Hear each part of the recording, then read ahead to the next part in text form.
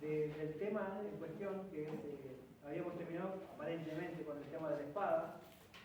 Yo, mirando la semana, me quedé con cierta idea que siempre vemos el tema de la espada de manera defensiva, ¿no? O sea, el diablo atacó a Jesús, lo vimos la semana pasada, y cómo se defendía Jesús con la espada, ¿cierto?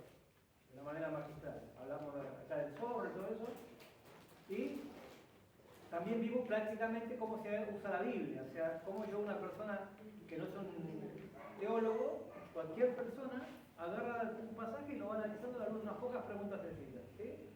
Es algo muy básico, pero es útil. Es útil para, no solamente para estudiar, sino para leer la Biblia. Habíamos visto esto, que fue como una especie de un paréntesis dentro del tema de la espada de espíritu, porque tiene que ver con el manejo, ¿sí? ¿De qué me sirve a mí tener una espada si no se usa? Tiene que ver con eso, ¿no? Lo mismo con cualquier arma. Y bueno, yo iba a pasar directamente, que era la pregunta esa, terrible, o la respuesta terrible, ¿no? Que era el siguiente tema, pero después de la semana dije, pero nos faltó ver un poco el tema de la espada como arma ofensiva. Me puse a buscar, primero me puse yo a meditar en esto, encontré algunas cosas, después me puse a buscar y lo que encontré es lo mismo que yo había encontrado, o sea, no hay mucho material al respecto. Pero sí quiero ver algunas cuestiones muy interesantes que tienen que ver con este tema de los enemigos del cristiano. Primero vamos a usar como modelo, como, ¿no? Algo interesante, es la parábola del sembrador. Está ahí en Lucas capítulo 8. La parábola empieza en realidad en el versículo 5. Hay un relato, Lucas 8:5, de la parábola del sembrador, ¿no? Todos la conocemos, es muy famosa. Primero Jesús la relata, la cuenta, para el público general, ¿sí? Después, claro, yo me imagino el momento, ¿no? ¿Cómo fue la situación? Jesús explicando la palabra del sembrador. Jesús contaba todas cosas, historias que tienen que ver con cosas cotidianas del público. O sea, el público de Jesús era, muchos de ellos trabajaban en el campo, y para ellos todo el mundo era común lo que él contaba. O sea, una persona sembrando semillas era una cuestión cotidiana para la gente. No usaba ejemplos complicados. Entonces contaba este ejemplo. Yo me imagino la escena, todo el público ahí, Jesús hablando del sembrador, la gente escuchando, tratando de pensar lo que Jesús decía, los discípulos ahí al lado de Jesús, escuchando también. Y me imagino también, estoy mostrando bien igual, estoy en el micrófono mostrando fuerte. Y me imagino también a los discípulos ahí escuchando también con perdón. No, porque los discípulos hacían así, ¿no? Amén, sí, gloria, amén. Claro, por supuesto. Claro, ¿no? Tocando así con el codo con el vecino, ¿no? Pedro con Andrés, ¿no? Claro, es obvio, tiene razón. Terminó Jesús la parábola, se fueron la gente, quedaron los discípulos y los discípulos dijeron, ¿qué quiere decir eso? No tenían ni idea los discípulos de qué quería decir la parábola. O sea, todos escuchaban la historia y todos entendían la historia del tipo de la semilla. Ahora, ¿qué significaba? Nada. Entonces tuve que preguntarle primero a Jesús, ¿no? ¿Qué significa? Y Jesús, como era muy bueno, esta es la diferencia entre una persona, un creyente y un discípulo. Hay muchas diferencias, ese es el tema hoy. Pero una de las diferencias es esta. El discípulo, al estar cerca de su maestro, le pregunta. No es que la gente, no es que el discípulo entiende todo. No. Hay discípulos, somos discípulos de Jesús, sí. Y bueno, ¿puede entender toda la Biblia? No. Vale que no. Pero la diferencia entre un discípulo y un oyente cualquiera, un creyente, es que el discípulo va a su maestro y le pregunta al Señor, ¿qué quiere decir esto? Y el Señor, como es bueno, a través del Espíritu Santo en nuestro caso, nos va a revelar de alguna manera, hay muchas maneras que puedo hacerlo. La semana pasada vimos cómo uno aprende la Biblia. A través de maestros de la iglesia, a través de maestros de internet, habíamos hablado que no son todos buenos, libros y el estudio personal. O sea, de alguna manera el Espíritu Santo me va a guiar a través de diferentes medios para encontrar la respuesta a lo que yo estoy buscando, ¿no? Entonces, le explica qué quiere decir la palabra, ¿no? Y en esa explicación yo me voy a detener un poquito porque hay cosas muy interesantes. Y están ahí algunos enemigos nuestros también. Dice que una empezó, ¿no?, a sembrar, y dice la primera parte, ¿no?, cayó al costado del camino, dice la palabra, ¿no?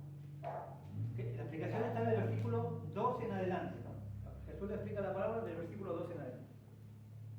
Y Y dice ahí, ¿no? Yo puse como título de esa parte, la palabra, el peor enemigo del diablo. Y hemos visto que el diablo fue contra Jesús, Jesús le tiró con la palabra por la cabeza y el diablo salió huyendo. ¿Qué va a hacer? ¿No?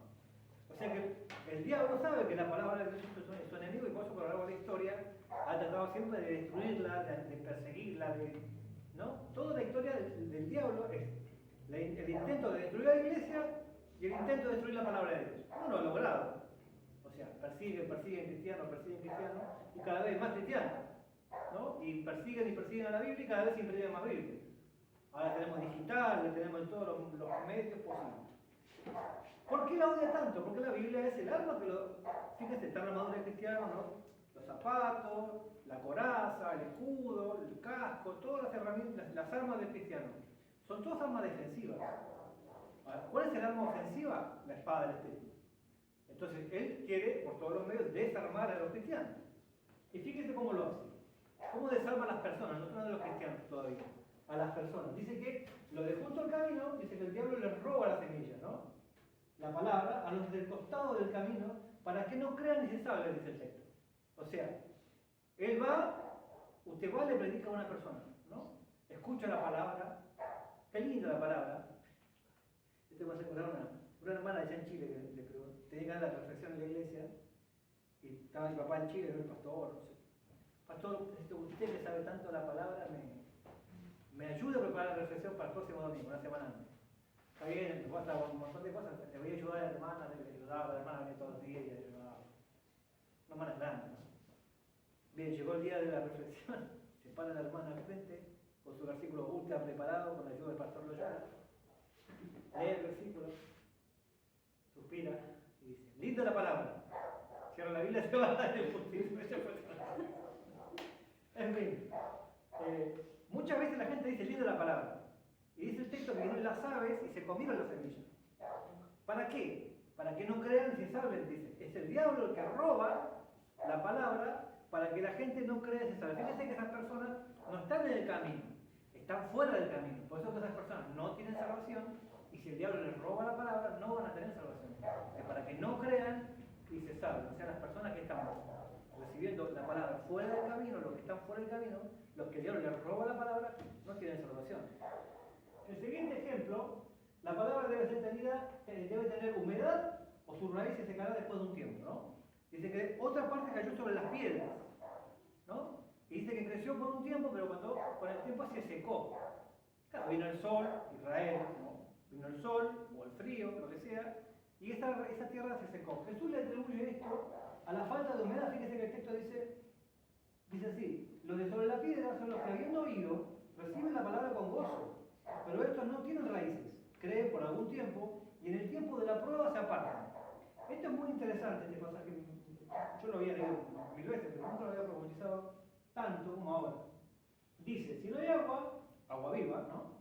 Si no hay tierra blanda, la palabra no hace raíz en el corazón.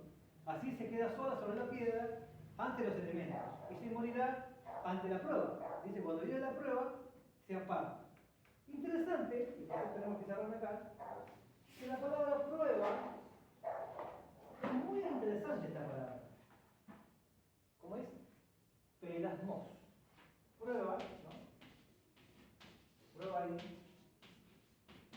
¿Ves?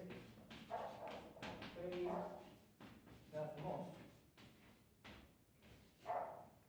Pelasmos, que viene de unas raíces peiro, que significa experimentar, significa muchas cosas. Mira lo que significa pelasmos. Significa experimentar el bien, las malas experiencias, o sea, experimentar el mal, la disciplina, la tentación o la adversidad.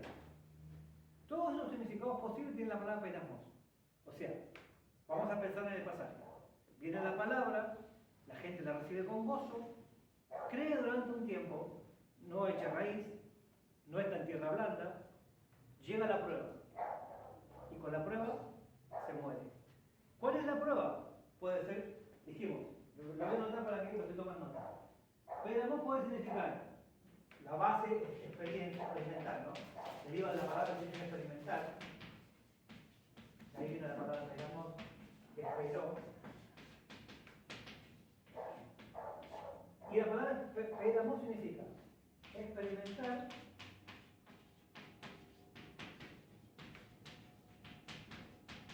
el bien.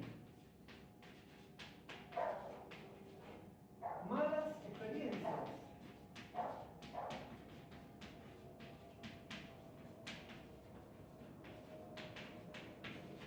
Significa también disciplina.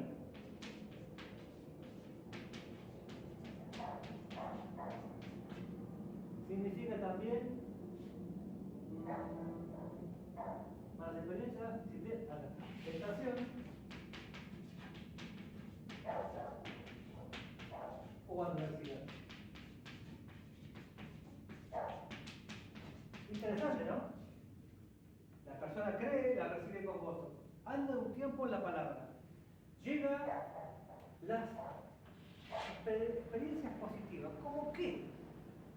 Uno lo piensa y dice, no me cierro. Ay, hermano, qué lindo, vamos a la iglesia, me salió un laburo buenísimo, lo siento, bueno. Las buenas experiencias a veces me apartan, porque tengo unas raíces. Entonces, a veces cosas que son buenas no son malas, no es que siempre la gente se aparta detrás del pecado más roñoso, no. A veces, una buena experiencia, al yo no estar cimentado donde debo estar, me lleva a apartarme.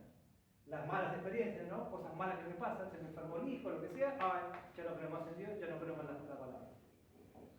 La disciplina, quizás mi vida debe ser corregida, como toda plantita que está haciendo, le pongo un palito para que no se tuerza. No me gustó lo que me dijeron. No, yo no estoy acá para que me estén corrigiendo. Listo. ¿No? Chao. Tentación, bueno, este es más lógico, ¿no? Estaba mejor la disciplina que la palabra del Señor, la vecina que la palabra del Señor, fue con la vecina, ¿cierto? Y la adversidad, el problema, cualquier problema que se nos presente en la vida, no lo puedo superar y me aparto, ¿sí? Entonces, durante un tiempo la creé con gozo, pero con el tiempo, en el tiempo del peregrinismo, de la prueba, muy amplio, se aparta, ¿sí? ¿Son salvos estas personas? Buena pregunta. Cada uno busca una respuesta. Uno dice que sí. ¿No? Es gente apartada. Yo siempre decimos, está apartado. El hermano está apartado. ¿Sí?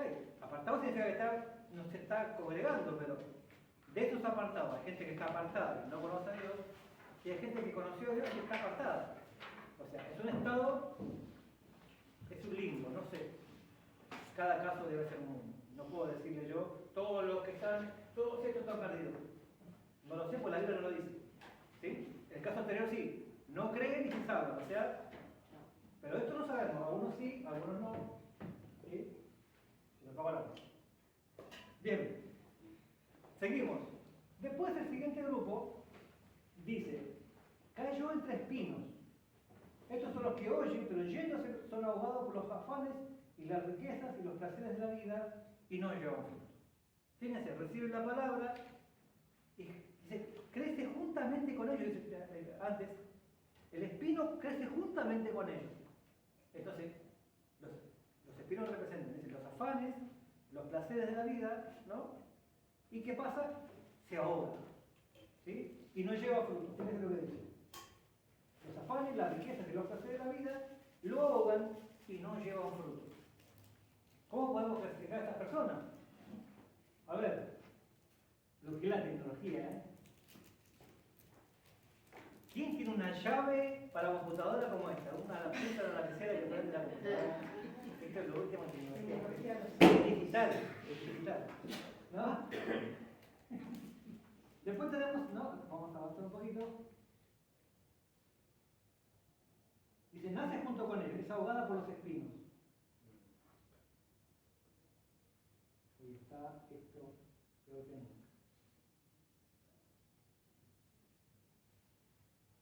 Ahí está. Dice,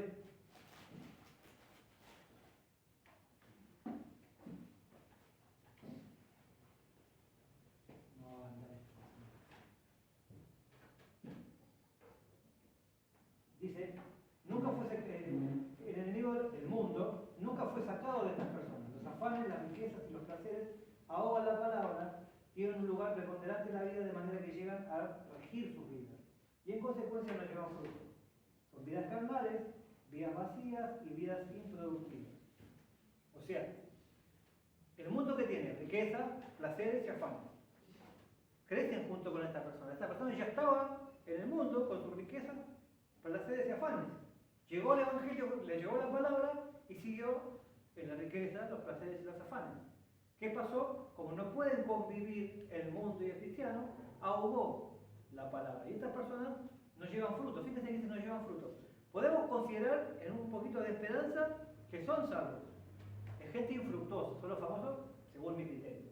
O tú puedes pensar distinto. Mi criterio es este. Yo creo que son salvos. Pero son cristianos carnales, cristianos vacíos, cristianos que no llevan fruto. Infructíferos, intrascendentes, van a pasar por este mundo sin nada. Ay, qué rico que soy. Ay, esto a Dios no importa nada. O sea, son personas sin fruto. Y por último tenemos la palabra en buena tierra, en la que es recibida, retenida y da fruto con perseverancia. Y acá es una palabra que estudiamos cuando estudiamos el tema ese, que es juponé. No, es más largo, no es juponé. Juponé, perdón. Que significaba, se traducía muchas veces como perseverancia, paciencia, de otra parte, como tiene repente, pero significa literalmente, la mejor traducción la hizo un barra brava, porque la mejor palabra es aguante. La mejor traducción de esta palabra es aguante, ¿no? Lo que dice, lo que retiene la palabra y da fruto con aguante, o sea, se aguantan las malas experiencias, las buenas, la disciplina, la tentación y la adversidad, y siguen dando fruto. Esos son los que dan fruto al 100%, ¿sí? O sea que acá vemos cómo la palabra trabaja en diferentes tipos de personas y diferentes tipos de situaciones. Cada uno va a tomarlo de una manera diferente. Y en cada caso, el enemigo, diferentes enemigos, van a acabar con la palabra. Primero el diablo, en el otro caso el mundo, en el otro caso la carne, los placeres, la carne, el mundo y el diablo trabajando juntos para que la palabra no dé fruto al 100%. Sí, cierto. Vamos a seguir. Ahí está, ¿no? Un montón de información. Antes de seguir adelante, a la parte ofensiva, quiero hacer una pregunta. Levante la mano acá los que son mariposas. ¿Qué? Mariposas. En lo celeste. No, no es problema. En lo celeste, no. ¿No sabe lo que es la mariposa? Puede ser un animal o visto de maricón. No, maricones no. No va por ese lado. No va por ese lado. No, eso no es mariposa. No va por ese lado. Hay que ir a esa parte, por favor.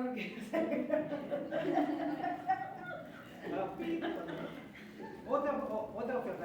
Nadie es mariposa. No sabe. ¿Quiénes son? Yo no contesto. Botánicos. Botánicos. Tampoco contesto. Botánicos. Eso es lo que son botánicos. Los botánicos no estudian. Botánicos son los expertos en plantas, ¿no? Sí. Botánicos. Nadie botánico. Patricia no está. Este es coleccionista más que botánico.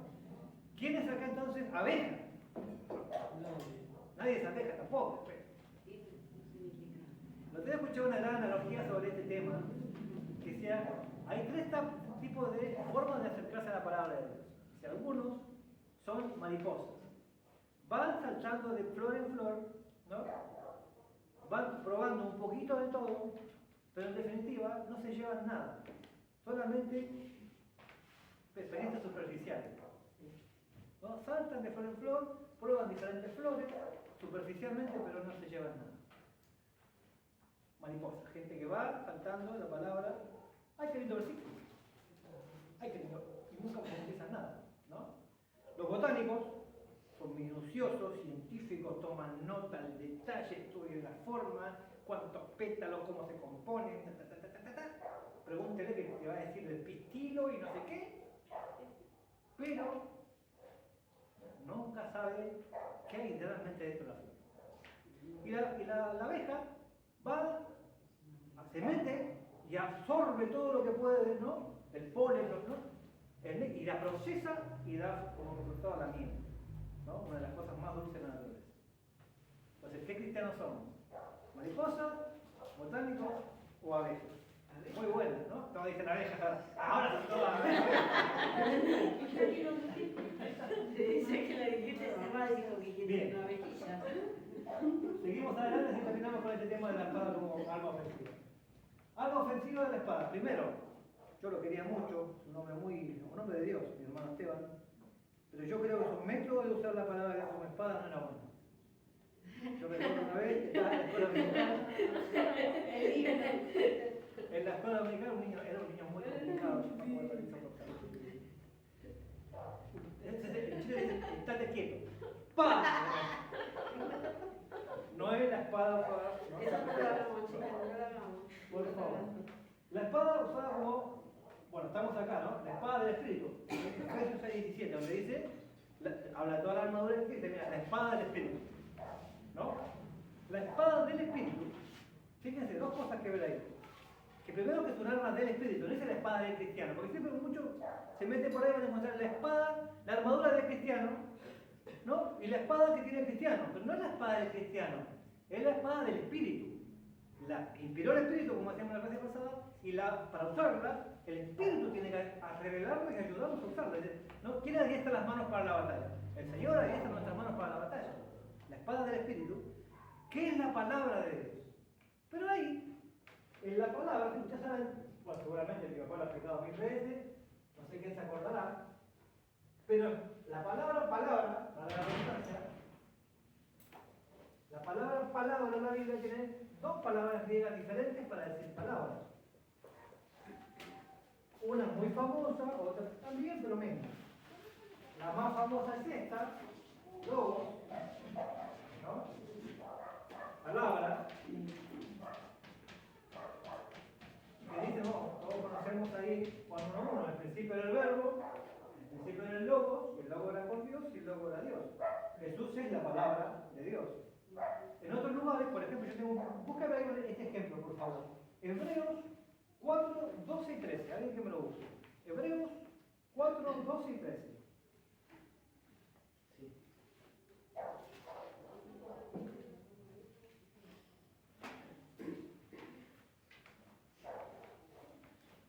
Hebreos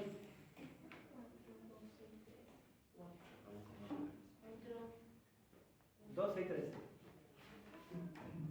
¿Qué dice? Porque la palabra de Dios es viva y eficaz, y más cortante que toda espada de 2 filos, y penetra hasta partir el alma y el espíritu, las coyunturas, los tuétanos, y discierne los pensamientos y las intenciones del corazón. Y no hay cosa creada que no sea manifiesta en su presencia. Antes bien, todas las cosas están desnudas y abiertas a los ojos de aquel a quien tenemos que dar cuenta. Bien, la espada es algo terriblemente filoso que penetra hasta los tuétanos, o sea, hasta, ¿no? En el lenguaje popular, ¿cuál sería el tuétano? hueso. Más que el hueso, sí, el hueso. ¿Qué hay adentro del La hueso? parte interna. ¿No? La parte de adentro. La parte de adentro del hueso, ¿cómo se llama? Además de todo esto. Miedo. Médula. Yo quería que alguien me diga caracuna y me dijo, bueno, no importa, ¿no? Ella, oye, que no le gusta eso, ¿no? La médula, correcto, el término médico es médula, que es donde está, ¿no? La parte sustanciosa, o el caracú, no está mal, el caracú, a mí me gusta comerme el caracú caldito en la sopa, ¿no? Ahora, es tan filosa que penetra, quiere decir lo más profundo del ser, hasta lo más profundo. Fue al hueso, ¿no? Más que al hueso, hasta adentro del hueso, ¿no? O sea que la Biblia, en ese sentido, es una herramienta de discernimiento, discierne, dice, que puede ser dos sentidos. Yo agarro un arma filosa y le pego una espada en la panza y ¿qué hago? O lo maté, o lo estoy operando. O un bisturí no es un arma filosa. A ver, ¿qué ¿No? Entonces, puede ser un arma de destrucción, como un arma que saca todas las personas, ¿no? Abre, opera, saca lo que no sirve y deja a la persona más sana. Penetra hasta discernirse las intenciones, lo más profundo. Digno, ¿No? El Espíritu Santo, porque la espada del Espíritu, hace ese trabajo de meterse hasta lo más profundo con la espada, con el Espíritu, con la palabra, perdón, y hacer un trabajo quirúrgico. sé que la espada puede ser destructiva o quirúrgica. Algunas personas, usted le tira una palabra y con eso no. Como le contaba la semana pasada de los brujos que querían matar a este hombre, a este mapuche, y el tipo les tiraba versículos así, no hubo forma de que lo envenenen. Ahora, y esta palabra, palabra, que dice ahí, es esta palabra. ¿No? Toda palabra es inspirada, bueno, es logos. La palabra en sentido general. La palabra de Dios quiere decir. La palabra de Dios en sentido general. Toda palabra. La palabra toda es útil para esto que leíamos recién. Pero fíjense otra cosa. Ahí donde dice la espada del Espíritu, en Efesios 6:17, no es esta palabra. Cuando dice palabra ahí en Efesios, la armadura del cristiano, la arma ofensiva, es la palabra rema. No la palabra logo, sino la palabra rema. ¿Y qué quiere decir rema? No me digan remar, por favor. ¿No? Rema es una palabra que significa, es una palabra específica y puntual. No es toda la palabra. Es una palabra de ese, una palabra de ese puntual y específica para una situación y un momento específico. Eso es rema. Es una palabra especial, única. Entonces, tengo un inconveniente, ¿no? Estoy tentado, por siempre estoy con el mismo ejemplo, porque sé que, Señor, sí que es así. Jamás seré tentado por mi vecina. Porque soy un hombre que amo a mi esposa, que pretendo servir al Señor. Mi vecina es espantosa además, ¿no? Entonces, vamos a suponer que me sientan con mi vecino, ¿no? Entonces yo agarro el Señor nos enseña que hay que defenderse con la palabra, ¿no? Porque por más que ella vaya con todo el mundo, se acueste con toda la cuadra, no me importa, voy a con la palabra. ¿Qué dice la palabra? Abro la palabra. Veis tú lo mismo. No, la palabra específica para el momento específico. O sea, va a haber una palabra que tenga que ver con esa situación, ¿no? Adulterio, etc. Ahora, como decíamos la semana pasada, ¿cómo yo tengo eso? El Señor, el Espíritu recordará. ¿Cómo me va a recordar algo que yo no aprendí? O sea, yo aprendo la palabra, mientras más aprendo de ella, más arsenal tengo, más armas, más balas en mi coso. ¿Cómo se llama? Apenas averiguamos cómo se llamaba. Eso, iba a averiguar y me olvidé. Eso que se pone con balas. No sé cómo se llama. Debe tener un nombre, que mi señora quiere uno, pero con aerosoles. El desodorante de ambiente, los mosquitos, la cucaracha. Vamos a hacer uno así con aerosoles. Pero, no, las balas. Mientras más. Charretera, ¿no?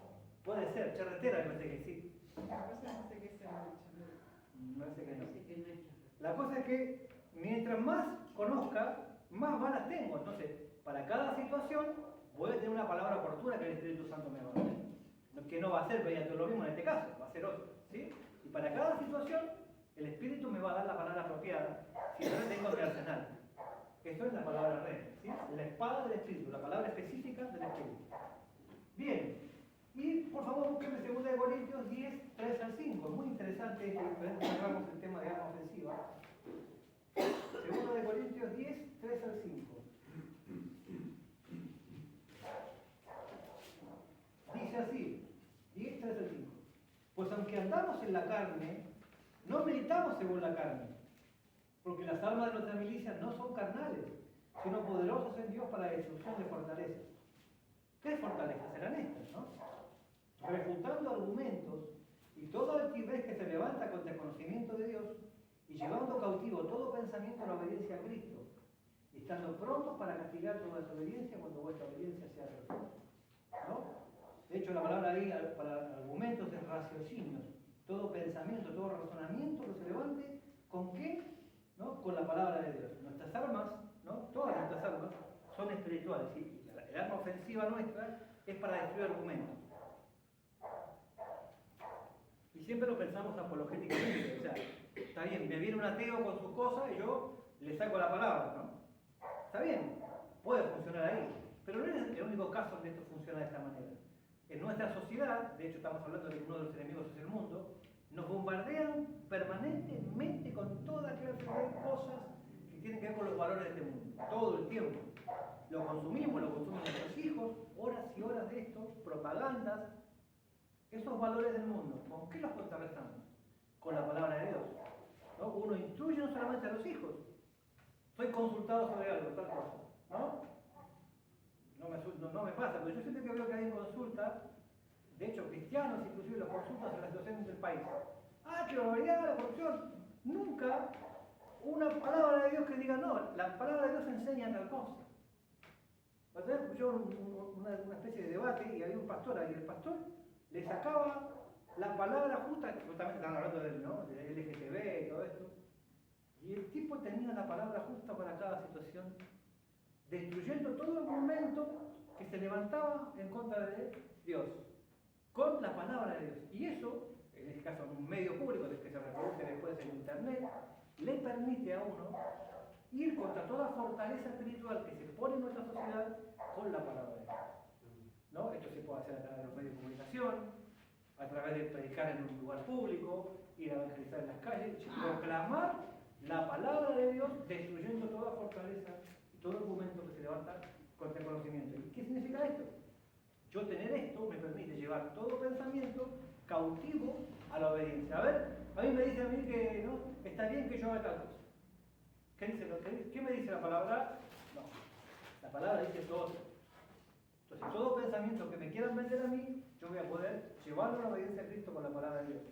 Pero no solamente eso, yo voy a tomar esa palabra y voy a ir contra esas enseñanzas falsas de la escuela, de los amigos, de la tele, de donde usted quiera.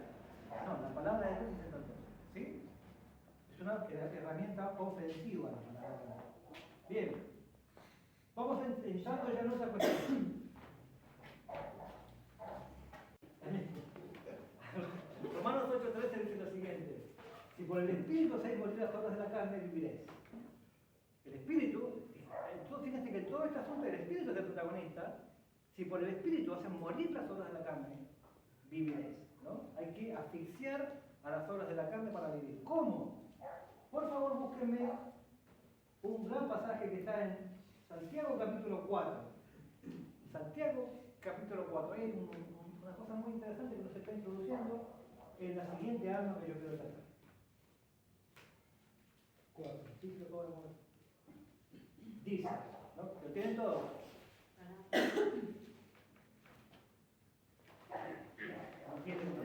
No tiene Biblia ese hermano, gloria. Sabe mucho por eso. Dice así, ¿lo tienen? Sí, hermano. ¿De dónde vienen las guerras y los pleitos entre vosotros? ¿No es de vuestras pasiones, las cuales combaten en vuestros miembros? Codiciáis y tenéis, matáis y habláis de envidia, y no podéis alcanzar, combatís y lucháis, pero no tenéis lo que deseáis, porque no pedís. Pedís y no recibís, porque pedís mal para gastar en vuestros deleites. Fíjense que está ahí, está hablando de personas que están preocupadas por sus pasiones, ¿no?, por sus deseos y por sus deleites. ¿Sí? ¿A qué le suena esto? ¿A qué enemigo? No. ¿Dónde están los deseos? En la carne, ¿no? Habla de la carne, cómo la carne nos lleva inclusive a pedir mal. A veces a no pedirle a Dios nada, y cuando le pedimos, pedimos mal, porque pedimos en función de nuestros deseos carnales, ¿no? Y por eso no recibimos. Después dice, almas adúlteras. Dice la palabra que usa, adúlteras.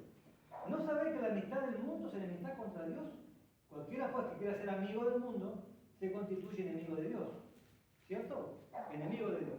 El mundo como enemigo de Dios. ¿O pensáis que la Escritura habla en vano?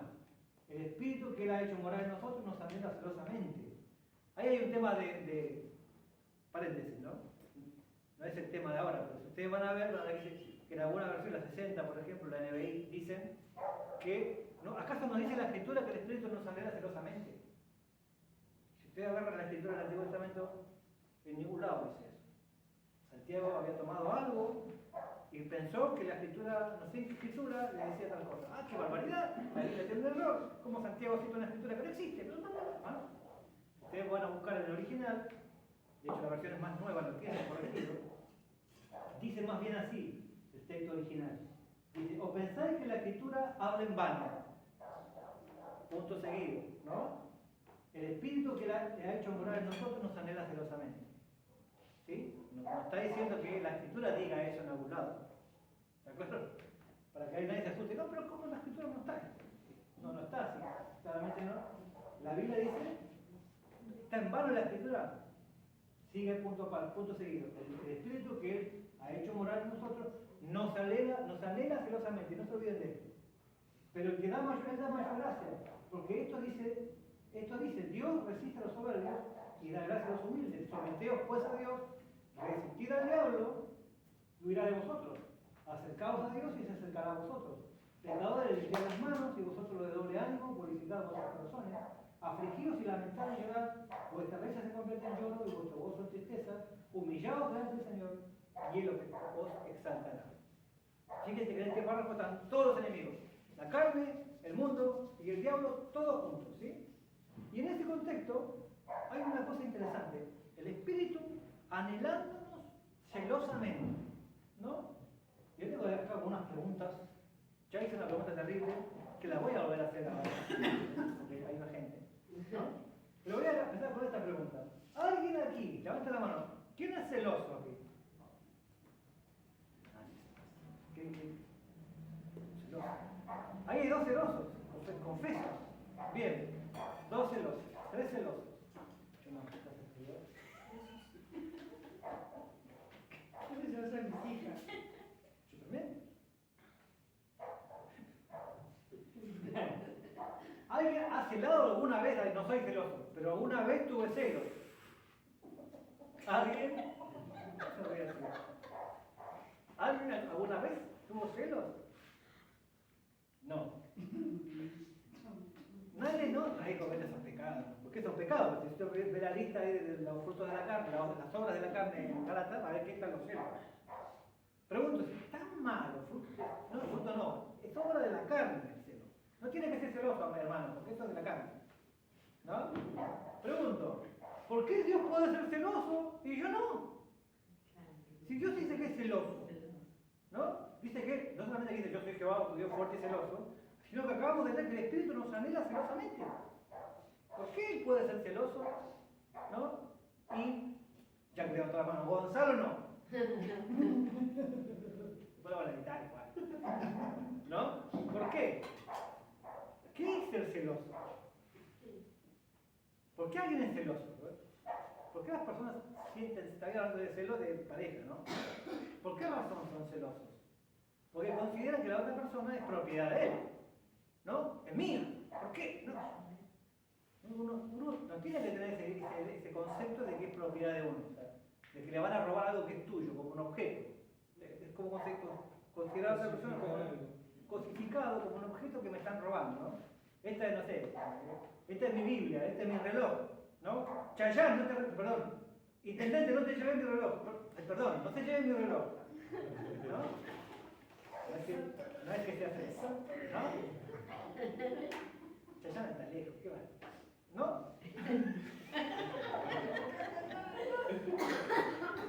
En fin, porque es mío.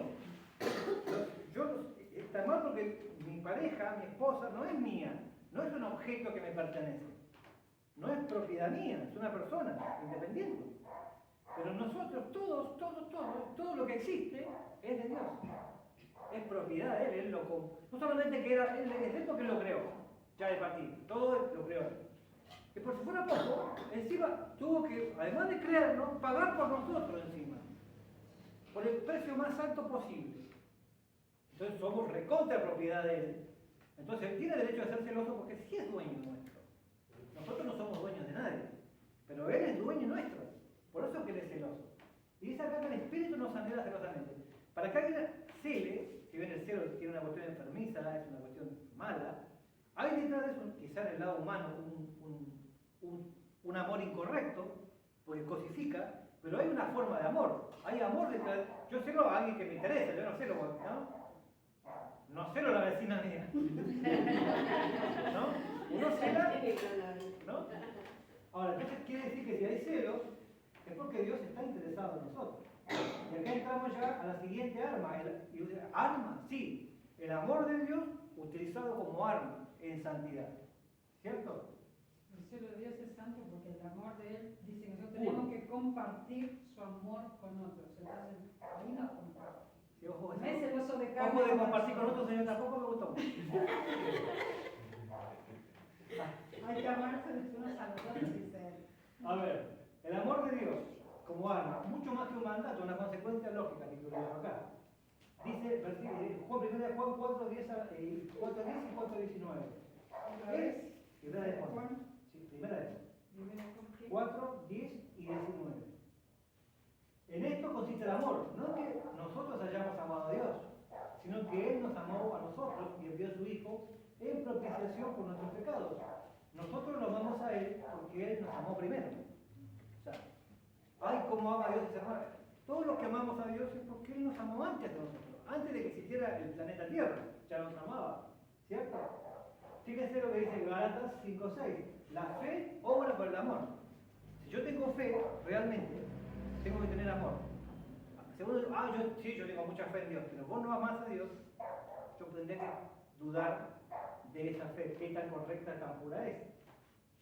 Fíjense lo que dice, acá esto es Gálatas 5, va a decir, el versículo 14.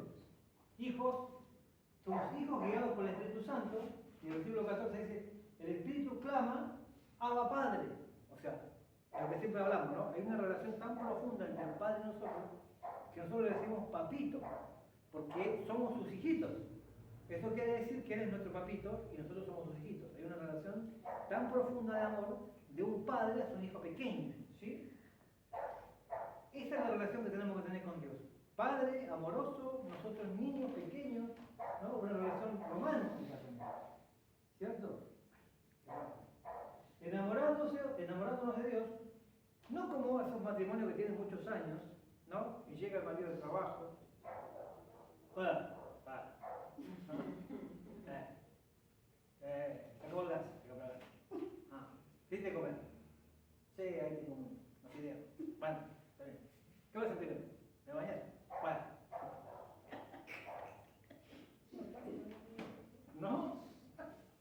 Nuestra relación es así con Dios y nosotros muchas veces así con Dios. Vamos a la presencia de Dios. Señor, necesito gas. Necesito. ¿No?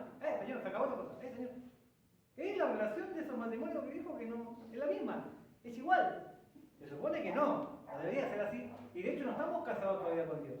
Somos la novia. Estamos en la etapa del romance inicial.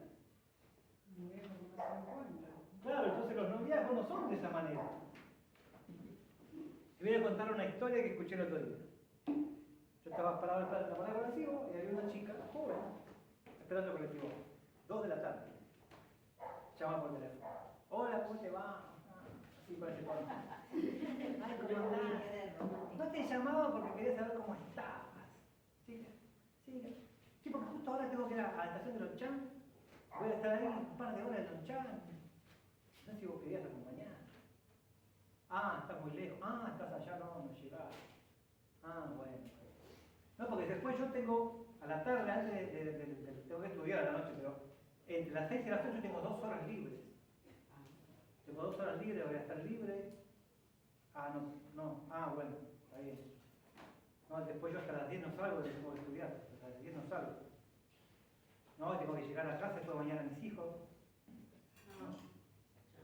No, pero muy tarde, después en el boliche, es que es tarde y ¿quién me trae? Me tendré que traer a la madrugada. Bueno, volveremos a la madrugada, pero me tenés que traer vos. Sí, pero que lo tenés, sí, que estaba borracha, intenté besarte porque estaba borracha.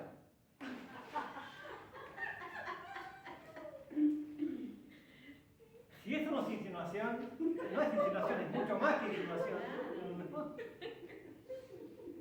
Es un mal ejemplo, pero nosotros deberíamos tener este chichoneo con Dios.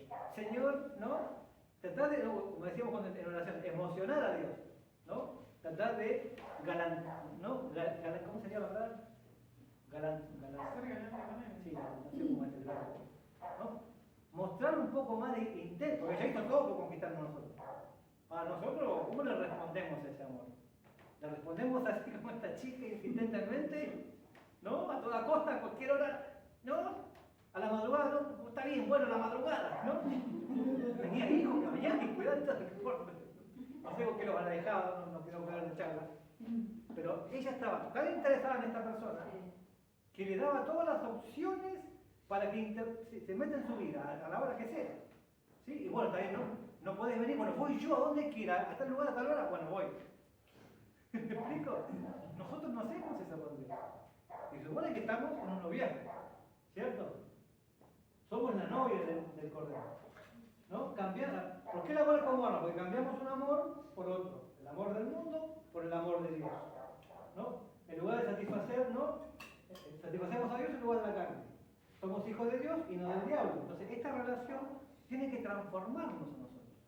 Y acá vuelvo a hacer la pregunta que hice la semana pasada como broche de oro, que solamente había un hombre casado la semana pasada, solamente uno respondió. ¿No hay tres? Ahora hay más. Claro, ahora él no le toca. Ahora ella respondió. Porque no sabe lo que dijo. Él vive, todavía vive, ¿eh? Le toca a ellos dos. Hombres casados. Y Una está cerca. La pregunta, Claro. ¿no? Igual hay que hacer la pregunta. ¿No? Los hombres casados no engañan a su esposa. ¿Por qué razón no la engañan?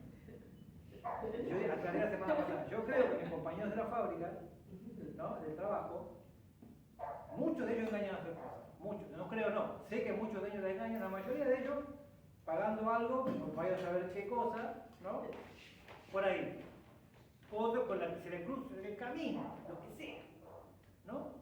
Yo conozco gente que no quiere llegar a la casa porque no quiere estar con la esposa en la casa. Prefieren trabajar en horas y horas en ese lugar espantoso antes que llegar a su casa. ¿No?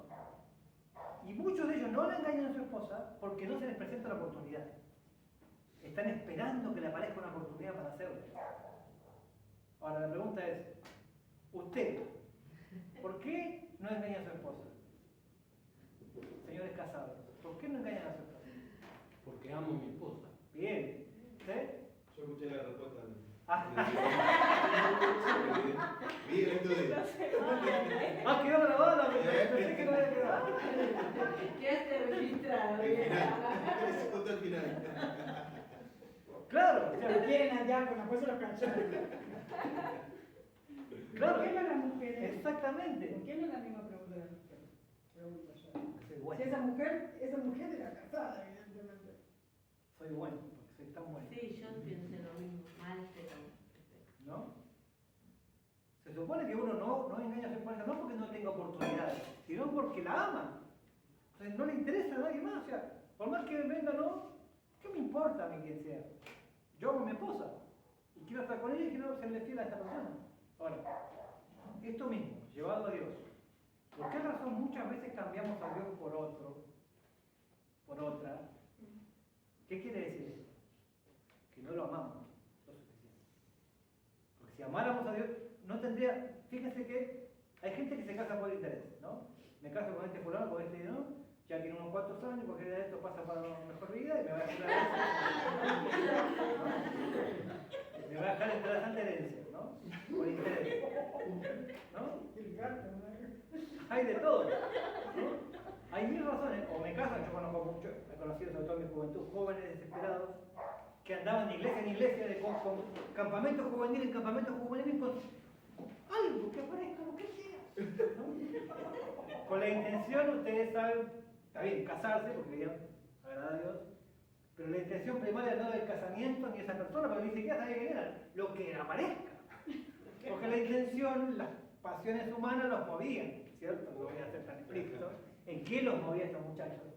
Para conseguir esposo urgente, ¿no? Cuando las razones son equivocadas, esto va camino al desastre.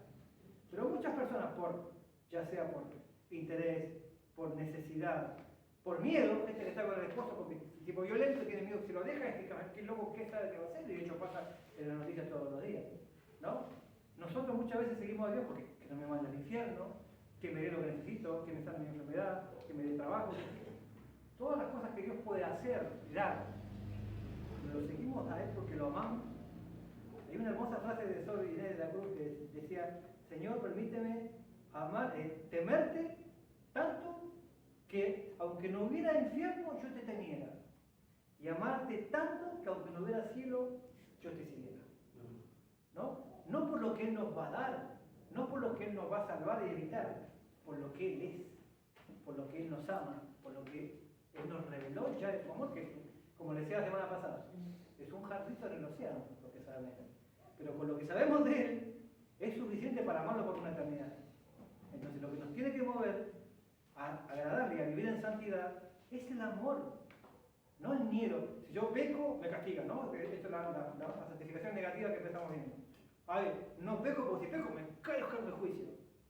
No es la razón el juicio o el temor al infierno, el temor al castigo, Dios no me va a bendecir. No peco porque lo amo tanto que no quiero que se entristezca.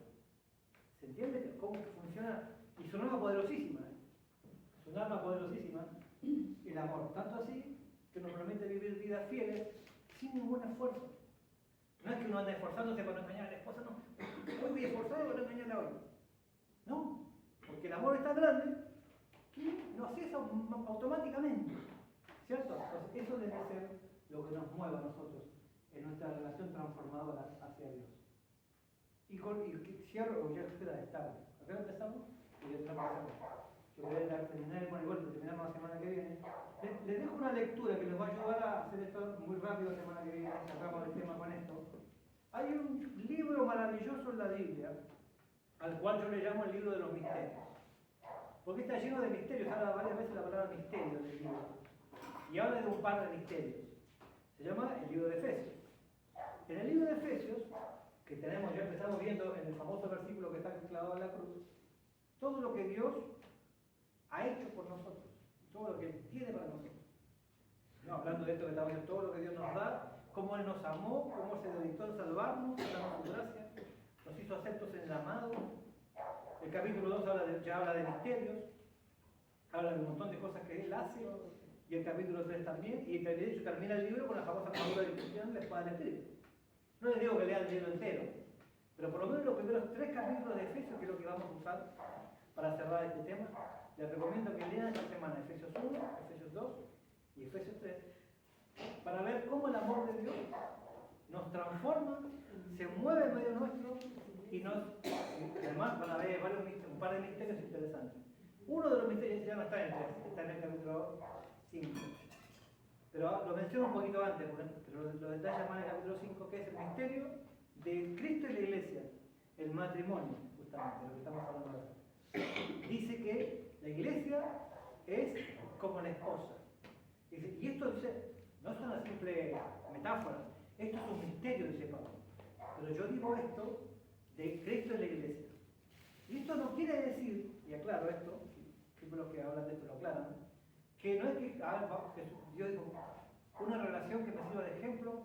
Un buen ejemplo es el matrimonio. El matrimonio es el ejemplo para que entiendan la Iglesia. No. Como empieza diciendo el libro capítulo 1, es una cuestión, un misterio escondido por los siglos. Antes de la creación del mundo estaba planificado y estuvo escondido por siglos para ser manifestado a nosotros. Y parte de este misterio es esto, la Iglesia unida con Dios a través de Cristo. Ese misterio es eterno, es anterior al matrimonio, porque es anterior a Adán y Eva. El matrimonio es una copia, es una, ¿cómo se llama? ¿Qué dije recién? Una metáfora del matrimonio eterno, no al revés. No es que Dios tomó el ejemplo del matrimonio humano para tomar el ejemplo para su iglesia. Sería muy triste la que fuera, porque el matrimonio humano es imperfecto. Por más, ¿no?, que bien se lleve, es imperfecto, son 2 personas imperfectas. Es al revés. El matrimonio eterno que Dios planificó en la eternidad de Cristo y su iglesia, porque su iglesia es una de las mayores revelaciones que tenemos, y esto es transformador también, es llevado, y bueno, la mejor copia que podemos hacer es un buen matrimonio, adaptando nuestras vidas humanas a eso eterno que Él planea. Véanlo así. Eso está en el capítulo 5, no les pido que lean hasta el 5, el que quiera leerlo lo lee, pero por lo menos los primeros 3 capítulos donde se revelan un par de misterios interesantes y donde se revela cómo el amor de Dios nos dio tanto, nos sacó de tantas cosas, que cómo no podríamos nosotros más que amarle después de todo lo que hizo con nosotros. ¿Sí? Así que le dejo esa tarea para no extendernos el tiempo, porque empezamos tarde. Y bueno, la semana que viene esperemos seguir con esto. Me parece complicado mi vida a partir de mañana, pero bueno, tenemos que cerrar este asunto. Yo le bendiga.